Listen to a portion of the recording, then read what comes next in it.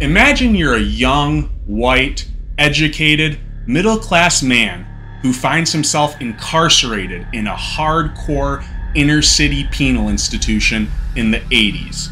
Suddenly, all of the jokes about bunking with Big Bubba become real. That first night, an estimated 45 other inmates enter your Sally port, for lack of a better term. For most, this is the worst nightmare. Although, knowing my audience based on some of the messages I receive on straightfelon.com, my fans might be cool with it. But for most, this type of penal invasion is the worst type of reality one could incur. But for Stephen Donaldson, this was just another mark on a very long calendar. So Stephen Donaldson's upbringing really isn't that different from my own. It sounds like he had a very strict military father who frowned on displays of emotion. Parents divorced when he was young, went to live with grandparents. Perfect score on the ACT, valedictorian of his class. So this is pretty funny. At age 12, Donny gets expelled from the Boy Scouts for engaging in sexual behavior with other boys, which is so funny for the Boy Scouts to kick out somebody for that. Because, I mean, at least Donny was another kid and not one of these grown men, adult scoutmaster, whatever those pedo chaperones are called, you know. And this was like years before any of the Boy Scout abuse allegations would come out. But still, it's like having the cardinal chew you out for playing grab ass with the other altar boys. You know, really the pot calling the kettle black. Also, hilarious to note, the boy who received the sexual favors from Donny was not punished. So early on, you see this kind of prison rules of sexuality being shown to Donny, where there's this strong dichotomy between the giver and the receiver of pleasure, where to top is masculine and accepted, and to bottom or whatever is outside of the norms of regular society. Kind of like a punk. But out there, I hated that. But here, sometimes you need your dick sucked. So, being the late 50s, this whole Boy Scout thing was a huge scandal and debacle for the family. So much so that they sent Donny all the way to Germany to live with relatives. And guess where the relatives sent Donny in their infinite wisdom? An all-boys boarding school. Can you guess what happened there? Yeah, exactly. Donny kind of continued to engage, but he was able to keep it low-key and not get caught this time. But it is kind of funny how people were just like so naive to it back then that they're like, oh, this will work. I'll just send him to an all-boys school. So growing up, Donny eventually discovers what homosexuality is. And at age 19, he's caught with another man by his mom. And his mother not only outs him to his father, but also to Columbia University, where he was set to attend. And okay, I know it's the 50s or 60s or whatever, but sometimes it still amazes me how shitty people could be about stuff like this back then. And don't get me, I'm a realist. I understand that, like, God, in the 60s, the mother must have been born in the 30s. Homosexuality was completely unknown and taboo. Like, I get her flipping out. It always bothers me when, like, people think that if they were alive back then, they would have the same morality. Like if they were, you know, in Alabama in the 1800s, they'd have been helping build the Underground Railroad. And it's not like that. Just a little devil's advocate. But to actually out somebody to their university, that required sitting down and writing letters for which you had to look up addresses and people's titles. I mean, that's just diabolical. So it goes to show you really how bad things were for gay people back then. And I think stories like this can be a good reminder for the young people who get so caught up in the doom and gloom of social media with the, here's 300 anti-trans bills that are new in your state and all that stuff that just paints a bleak picture. Like, don't get me wrong. I understand that there's legal problems. There's oppression. There's people with really bad attitudes and hate in their hearts, but it's just not like it was in the 50s and 60s where people were like, you know, literally getting arrested for being gay and you had nobody to speak up for you. It wasn't like there was this whole, the other half of the country was on your side. No, it was, you were on your own. So Donny ends up converting to liberalism after reading something called the Kerner Commission, which was a 426-page document that investigated why a series of 150 race riots had erupted in America the year before. It's known for being like the first government document that really like acknowledged and accepted and talked about racism and how to fix it.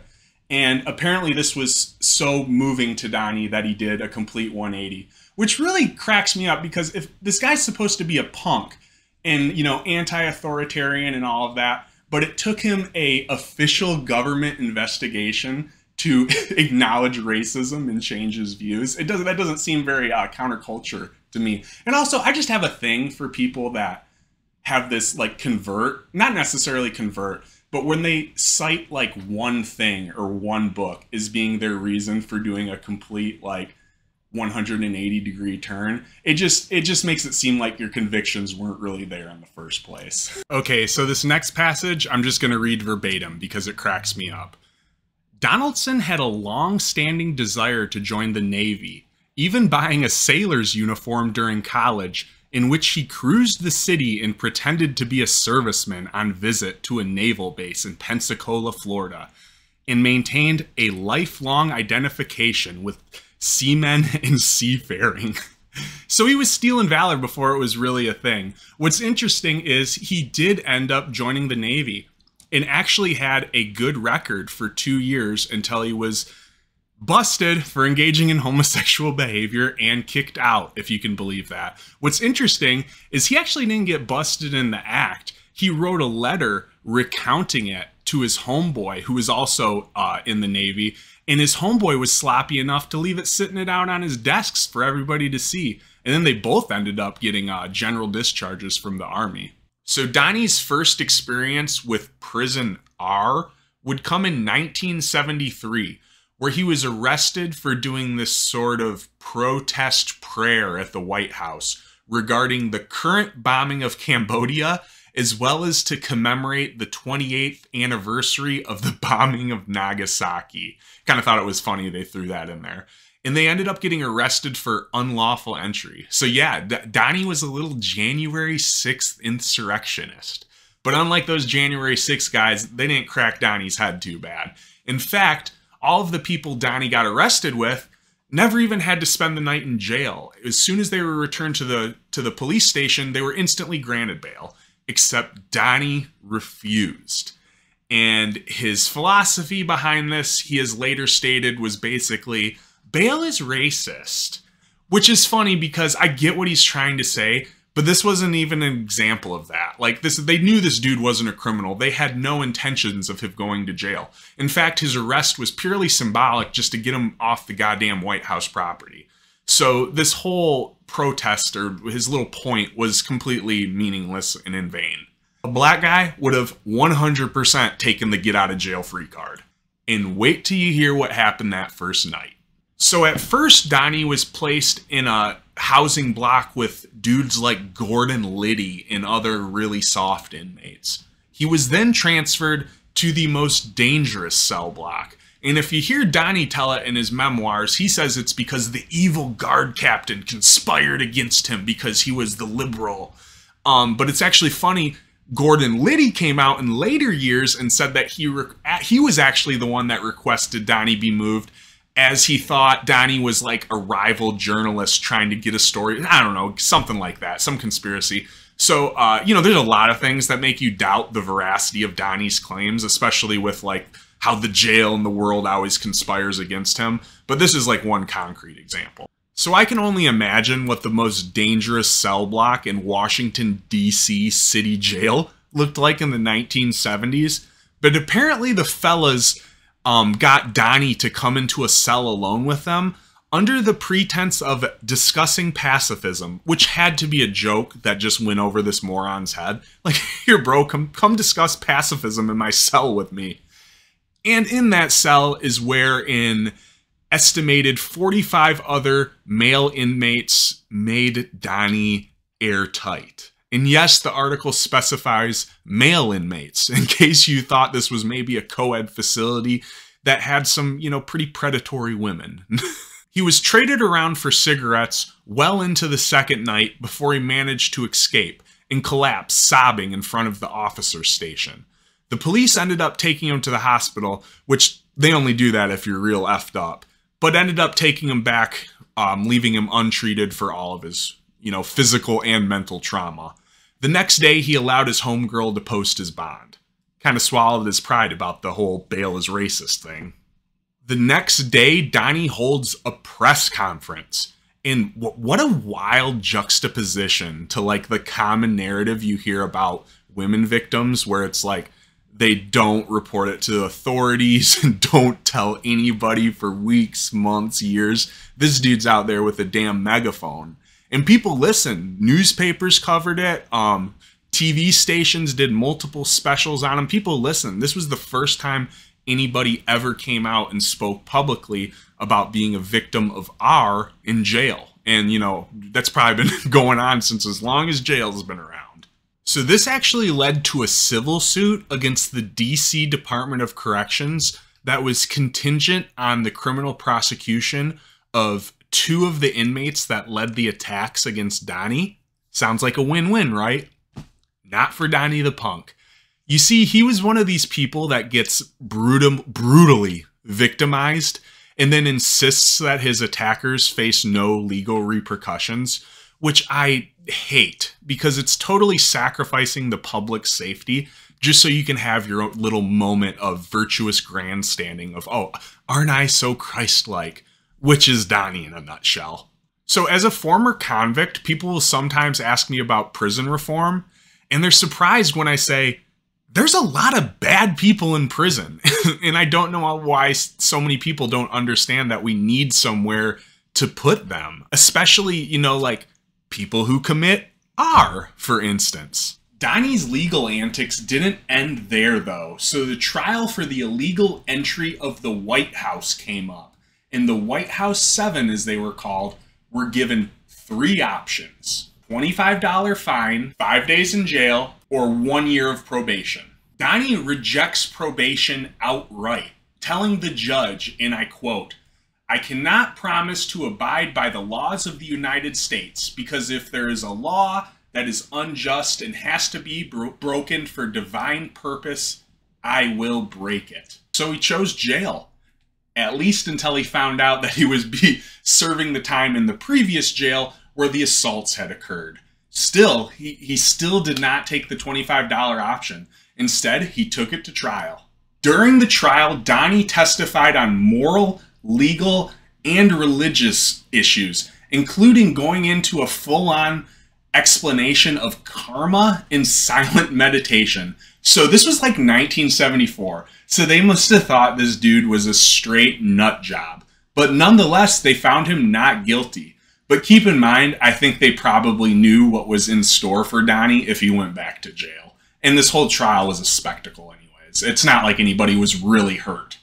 The victory, however, was short-lived, as the injuries to Donny's rectum were so severe that they required stitches. Regarding this, Donny laments, "The government sewed up tears in my rectum, of which the government occasioned."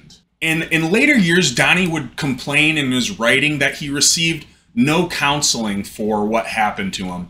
But this was the 1970s. He was literally like the first person that this ever happened to. So there obviously weren't whole programs for that yet. I'm sure there were some counselors and stuff, but I don't, like I said, with his own mother not knowing how to take him being gay, I don't think there was really anybody qualified to deal with those issues in 1974 yet. So for a few years, Donny bounced around doing graduate work. He worked as a developer making war simulation games and became ordained as a novice monk. And there was a few years here between the Washington, D.C. jail incident, and I think he had become kind of disillusioned with a lot, but he also had some legit tragedy like his mother passing, which I think led up to this next arrest. While traveling in Florida for his mother's funeral, Donny is arrested for urinating in a motel parking lot as well as possession of cannabis. This time, he goes to a jail that is mostly populated with Marines from a nearby base. Once again, the inmates demand sexual favors. Except this time, they're kind of nice about it. For white, Donny was real sure to specify that, white Marines moved them into their 4-man cell as the 5th man and made them their punk. They gave him snacks, stamps, all kinds of treats in exchange for sex. Not exactly a fair trade, many might say.